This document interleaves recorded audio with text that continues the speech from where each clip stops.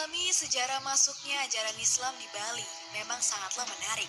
Secara umum, keberadaan bangunan-bangunan ibadah umat Muslim di Bali, termasuk yang ada di Buleleng, ternyata tak lepas dari campur tangan ulama dan juga toleransi umat Hindu di sana, termasuk Buleleng yang berkuasa sejak abad ke-17.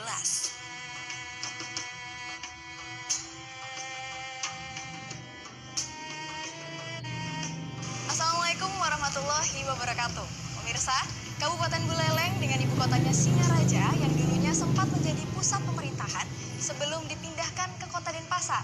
Makanya, beberapa masyarakat Bali sering menyebutnya sebagai kota tua, di mana pada zaman Belanda dahulu juga memiliki sebutan kota pelabuhan. Dan inilah pelabuhan yang dulunya sempat menjadi tempat bersandar dan bertemunya kapal-kapal antar negara-negara dan juga daerah-daerah di Indonesia. Salah satunya dengan adanya pelaut asal Bugis dan mulailah agama Islam tersebar di Kabupaten Buleleng dengan adanya suku Jawa salah satunya. Nah pemirsa, bagaimanakah keberadaan masyarakat Islam di kabupaten ini? Yuk kita cari tahu.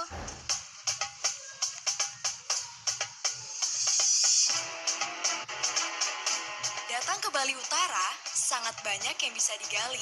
Tentang arif dan bijaknya para Raja Buleleng, sejarah kampung Bugis, dan sejarah penyebaran ajaran Islam khususnya di Bali Utara.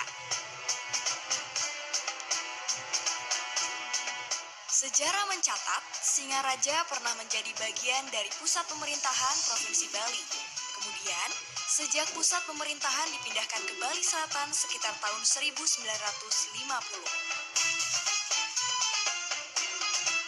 Meski di tengah mayoritas masyarakat Hindu, namun keberadaan masyarakat Muslim di Buleleng memiliki sejarah panjang yang turut mewarnai kebudayaan di Bali.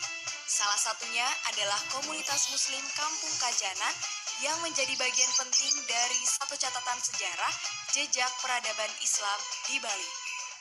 Karena perkembangan sudah mulai masuk. Bugis sudah mulai ada menempah Bugis, ada dari Madura sendiri, dari Banyuwangi sendiri juga masuk. Nah, berkembanglah di sana. Karena di sana ada satu tempat pemujaan bagi umat Hindu untuk melaksanakan pekerjaannya sebagai nelayan, Buruswogine itu. Nah, digeserlah ke selatan, makanya disebutkan Kampung Kajanan. Berdasarkan kisah kerajaan Buleleng versi Babat Buleleng, pada masa Wangsa Panji Sakti yang memerintah Bali Utara sejak pertengahan abad ke-17 atau tahun 1650, di mana kekuasaannya meluas hingga ke ujung timur Pulau Jawa sehingga sampai terjalin persahabatan dalam Solo atau Raja Mataram. Oleh Raja Mataram, I Gusti Ngurah Panji Sakti diberikan hadiah seekor gajah sebagai hadiah yang dihantarkan langsung dari Mataram oleh 3 orang Jawa yang sudah memeluk agama Islam sekaligus nantinya sebagai pengembala gajah tersebut. Pengiring 40 ini itu ada pengatik, ada makan, ada tukang ngayuang gajah dan sebagainya lah. Itu 40 orang itu ditaruh di satu pinggir pantai yang sekarang, yang dari dulu, yang dari kecil itu terkenal namanya Pantai Linggu, diambil dari Probolinggo itu. Dan pada akhirnya, ketiga utusan tersebut menetap di Buleleng. 2 orang bermukim di sebelah utara Banjar Petak yang sekarang dikenal dengan sebutan Banjar Jawa, dan 1 orang lagi bermukim di Pantai Lingga. Masuknya Islam di Bali Utara lainnya bisa kita lihat dari bentuk fisik bukti sejarah adalah keberadaan sebuah masjid yang oleh masyarakat sekitar dinamai Masjid Kuno atau Masjid Keramat. Pemirsa, di Kampung Kajanan inilah terdapat salah satu bukti sejarah agama Islam ada, yaitu Masjid Kuna atau Masjid Keramat. Nah, bagaimanakah kira-kira kehidupan masyarakat dan keberadaan masjid ini? Mari kita cari tahu.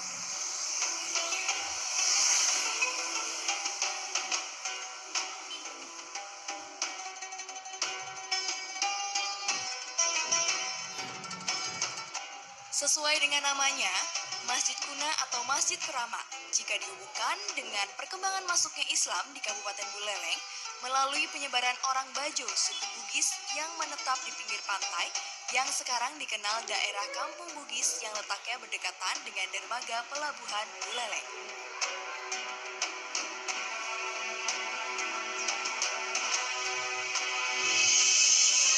Menurut informasi dari tokoh kampung saat itu tentang asal-muasal disebutnya Kampung Kajanan, tempat ditemukannya masjid kuno, yaitu adanya eksodus secara besar-besaran masyarakat yang tinggal di pinggir pantai akibat adanya bencana besar berupa abrasi pantai.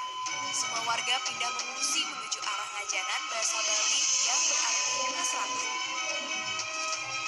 Merasa aman di tempat selatan, banyak warga yang tetap tinggal di daerah Ngajanan, sehingga sampai saat sekarang dikenal dengan sebutan Kampung Kajanan yang berarti kampung sebelah selatan.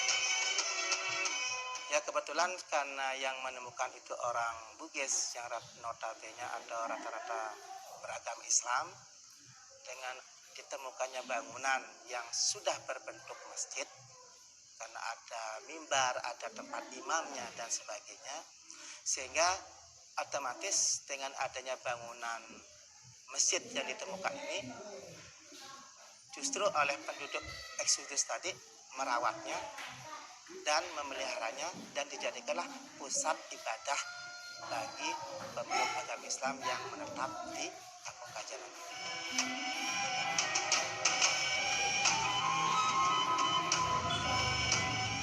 Beberapa cerita dari beberapa sepuh pengurus masjid kuno terdahulu menyatakan kalau keberadaan masjid kuno sudah ada sebelum adanya warga karena ditemukannya masjid kuno berawal dari warga pindahan yang mau menetap harus membersihkan semak belukar sebelum membangun tempat tinggalnya. Nah, ini dihubungkan dengan keberadaan penduduk yang banyak menuju ke Kajanan, sehingga banyak dari eksodus penduduk itu menetaplah di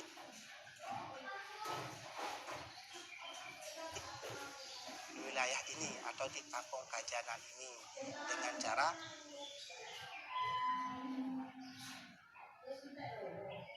membersihkan semak belukar atau membuat lahan baru.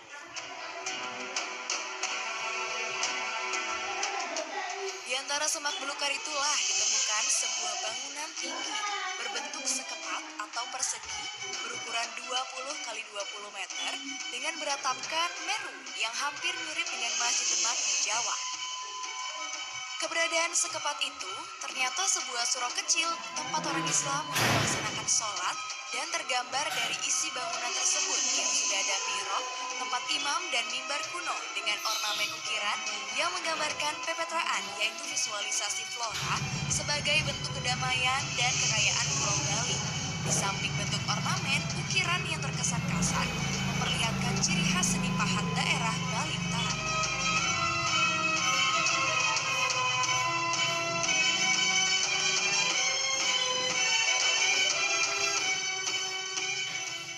Empat tiang ini kalau dilihat dari asal muasalnya itu adalah aslinya dari pohon kelapa, karena melihat juga dari semak-semak atau pepohonan yang ada di sekitar Gunung Keramat sebelum ditemukan ini penuh dengan pohon-pohon kelapa ataupun semak belukar. Selain pada mimbar, ornamen ukiran juga terdapat pada pintu-pintu dan jendela bangunan kuno yang masih terdapat pada beberapa bagian bangunan masjid saat ini. Selain keunikan bangunan dan nilai sejarahnya, menurut beberapa literatur, masjid kuno terkenal sebagai tempat untuk melakukan sumpah jika terjadi perselisihan antar warga sekitar.